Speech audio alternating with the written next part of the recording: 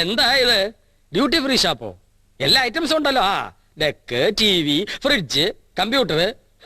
നിങ്ങളെല്ലാം കൂടി അവന്റെ കട്ടയം ബോർഡ് മടക്കി പെട്ടിക്കകത്താക്കി അടങ്ങുള്ളോ? ഇതിനെല്ലാം കൂടി ഒരു പഞ്ചവത്സര പദ്ധതിയുടെ കറണ്ട് വേണ്ടി വരുമല്ലോ. അതിനെന്താ 500 രൂപ അഡീഷണൽ കൊടുക്കുന്നുണ്ടല്ലോ ഞങ്ങള്. ഉണ്ട്, അതൊരു മാസത്തേക്കല്ലേ. ഇതാണ് സെറ്റപ്പ് എങ്കിൽ മേൽപ്പടി തുക ഒരു ദിവസത്തേക്കില്ല. മണി മാറ്റേഴ്സിൽ എന്റെ ബ്രദറിൽ ആഗോള കഞ്ഞിയാണ്, ആര് പറഞ്ഞാലും കേൾക്കില്ല. പക്ഷെ ബോധേട്ടൻ പറഞ്ഞാ കേക്കും.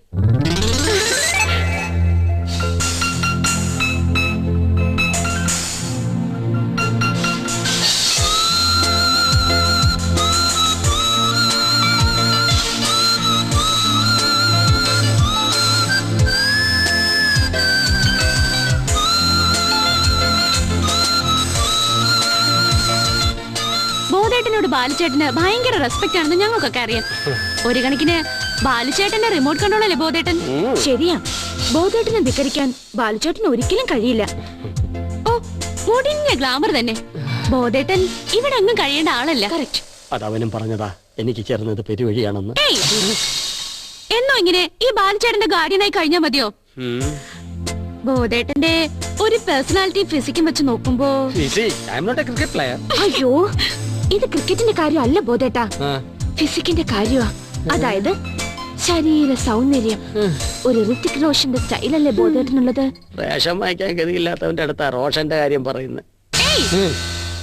ബോധേട്ടനെ ഞാൻ ഇവിടുന്ന് കെട്ടിക്കും. അമേരിക്കയിലേക്ക്. എന്റെ ഡാഡി വിചാരിച്ച ഒരു വിസ തരപ്പെടുത്തി തരാൻ ബുദ്ധിമുട്ടുണ്ടാവില്ല. നേരാണോ പറയുന്നത്? റിയലി.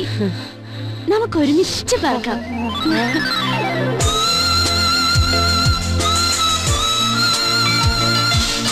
അങ്ങോട്ട് സഹായിക്കുമ്പോ ബോധേട്ടൻ ഞങ്ങളെ സഹായിക്കണ്ടേ? പറഞ്ഞോളൂ, എന്ത് സഹായമാ വേണ്ടത്? തൽക്കാലം മെയിൻ ഓൺ ചെയ്ത് സഹായിച്ചാ മതി ബോധേട്ടാ. ഒന്ന് പാട്ട് കേട്ടെ പ്ലീസ്. കുട്ടിക്ക് വേണ്ടി മെയിൻ അല്ല, ട്രാൻസ്ഫോമർ ഓൺ ചെയ്യാം. താങ്ക് യു ബോധേട്ടാ. അപ്പോഴേ ഈ യുവജനോത്സവത്തിനിടയ്ക്ക് എന്റെ അമേരിക്കൻ യാത്ര മുന്നിൽ പോരുത്. ഒരിക്കലല്ല ബോധേട്ടാ. കുട്ടിക്ക് വേണ്ടി തൽക്കാലം ഞാൻ ഇടുക്കിന്ന് ഒരു ലൈൻ വലിച്ചു തരാം. അവിടെ വെള്ളം കാണുമോ എന്തോ.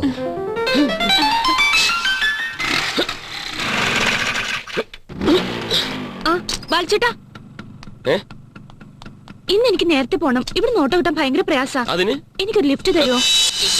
ഇതിന്റെ ബാക്ക് സീറ്റ് ശരിയല്ല, സ്പ്രിംഗ് പൊട്ടിയിരിക്കുക. അത് സാരമില്ല, ഞാൻ ബാൽച്ചേട്ടനെ മുറുക്കി പിടിച്ചിരുന്നോളാം. Please ബാൽച്ചേട്ടാ, please.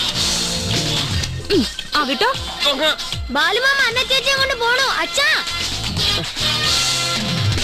എന്റെ മുച്ചിലോട്ട് ഭഗവതി, ഇതുപോലൊരു പാട്ട വണ്ടി എനിക്കുണ്ടായിരുന്നെങ്കിൽ ദിവസവും 5-6 ട്രിപ്പ് അടിക്കായിരുന്നു. ഞാനും വരാം ഐസ്ക്രീം കഴിക്കാൻ.